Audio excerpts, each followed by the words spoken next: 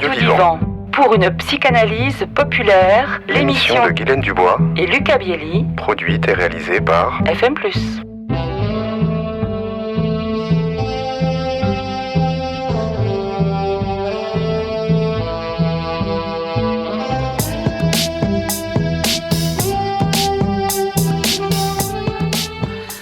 Bonjour Lucas Bielli. Bonjour Guylaine Dubois. De retour dans les studios de FM+, pour une thématique que vous avez choisie, Lucas, la régression. Oui, chère Guylaine. Eh bien, bonjour à tous et bienvenue dans notre émission d'aujourd'hui. Nous allons explorer le concept donc de la régression. En philosophie, pour commencer, la régression peut prendre plusieurs formes. Nous allons examiner 3 d'entre elles. Tout d'abord, la régression vers des idéologies plus traditionnelles qui se produit lorsque la société change rapidement. Cela s'apparente souvent à un retour à des croyances politiques ou religieuses conservatrices. Nous avons aussi le retour à des formes plus archaïques de pensée ou de croyances. Cela apparaît lorsque les gens sont confrontés par exemple à des incertitudes ou des peurs et cherchent un certain réconfort dans la superstition ou le domaine de l'occultisme. Enfin, la régression peut également signifier une perte de progrès, intellectuel ou moral. Les individus ou les sociétés peuvent abandonner des idées avancées ou leur engagement vers des principes éthiques et moraux. Ces exemples de régression en philosophie soulèvent des questions sur la progression et la régression de la pensée et des croyances. Dans l'histoire, la régression décrit un retour en arrière dans le temps à des conditions politiques, sociales ou économiques plus primitives. Un exemple célèbre de régression historique est la chute de l'Empire romain d'Occident au 5e siècle après Jésus-Christ. Après des siècles de prospérité et de développement, l'Empire a commencé à décliner en raison de conflits à ses frontières, l'épuisement de ses ressources, la corruption et les crises politiques. Ce déclin a entraîné un retour à des conditions plus primitives, instaurant le chaos et la désorganisation, qui ont par la suite duré des siècles. Cette forme de régression a des conséquences importantes pour les peuples et peut soulever des questions sur la durabilité et la stabilité du progrès civilisationnel. Alors Guylaine, en psychanalyse, la régression est le retour à des comportements plus immatures en réponse à une situation stressante ou anxieuse. Selon les auteurs, la régression est abordée d'une perspective différente. Ici, nous allons nous intéresser à celle de Freud, de Jung et de Winnicott. Sigmund Freud considère la régression comme un mécanisme de défense utilisé par l'inconscient pour faire face à des situations stressantes. Par exemple, une personne qui est confrontée à une situation stressante au travail va temporairement régresser à un comportement plus enfantin, comme se mettre à pleurer ou se montrer plus agité. Pour Carl Gustav Jung, la régression est un mouvement vers l'inconscient collectif et inclut des aspects spirituels.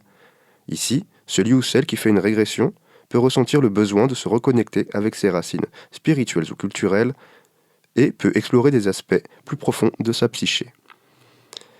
Pour Winnicott, il considère la régression comme un processus normal et sain lorsque le sujet se sent en sécurité et suffisamment pris en charge. Par exemple, un individu peut faire une régression en retournant temporairement des activités qu'il aimait faire étant enfant, comme jouer avec des jouets, lorsqu'il se sent stressé ou anxieux. En résumé, la régression peut être utilisée de manière positive pour explorer des aspects nouveaux de soi-même et pour développer sa créativité, mais peut également entraîner des blocages psychiques si elle est constamment utilisée pour fuir une situation dite anxiogène.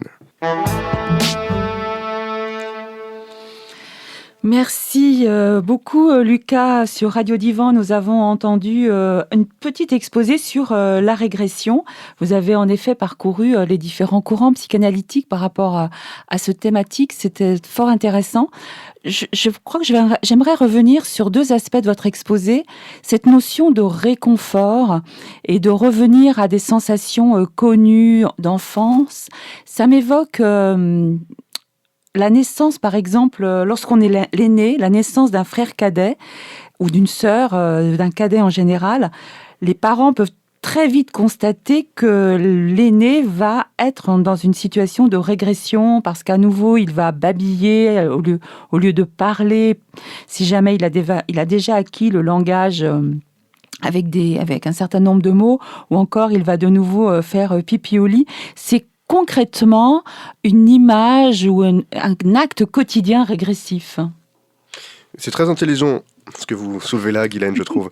C'est vrai qu'il y a comme cette régression souhaite vouloir ramener le premier objet d'amour, retrouver donc ce qu'on aime le plus au monde, qu'il soit la mère et évidemment aussi le père.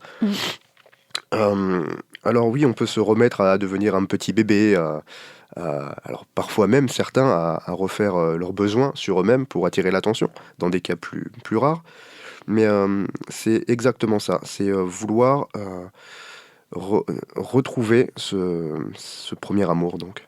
Et qu'on peut aussi faire un lien avec la Madeleine de Proust aussi, cette sensation que nous éprouvons quand nous pouvons par exemple sentir l'odeur d'une barbe à papa ou toute autre sensation olfactive. Tout à fait. Et puis la régression, c'est aussi ce qu'on vit fréquemment, enfin sur le divan. Hein. La personne va avoir des comportements, on va dire, régressifs en tant qu'adulte, sachant que dans ce contexte-là, c'est complètement cadré dans une thérapie analytique et là, tout va bien. Et oui, c'est ça. Et que la régression peut amener autant du bien ou de la croissance, comme une forte de l'angoisse. Si vous avez une régression qui peut être forcée, par exemple, au travail ou dans votre vie sentimentale, il peut s'en suivre, c'est d'ailleurs une des causes du burn-out, peut-être une régression forcée. Donc voilà, donc il y a beaucoup de choses à dire autour de la régression. Et effectivement, ça peut être autant en bien qu'en mal. Merci Lucas Bielli. Merci Guylaine Dubois, chers auditeurs, à très vite. À très vite. C'était Lucas Bielli et Guylaine Dubois pour Radio Divan, une émission produite et réalisée par FM+. Sur une musique originale de William Balfour, à retrouver sur radiofmplus.org, sur YouTube et Deezer.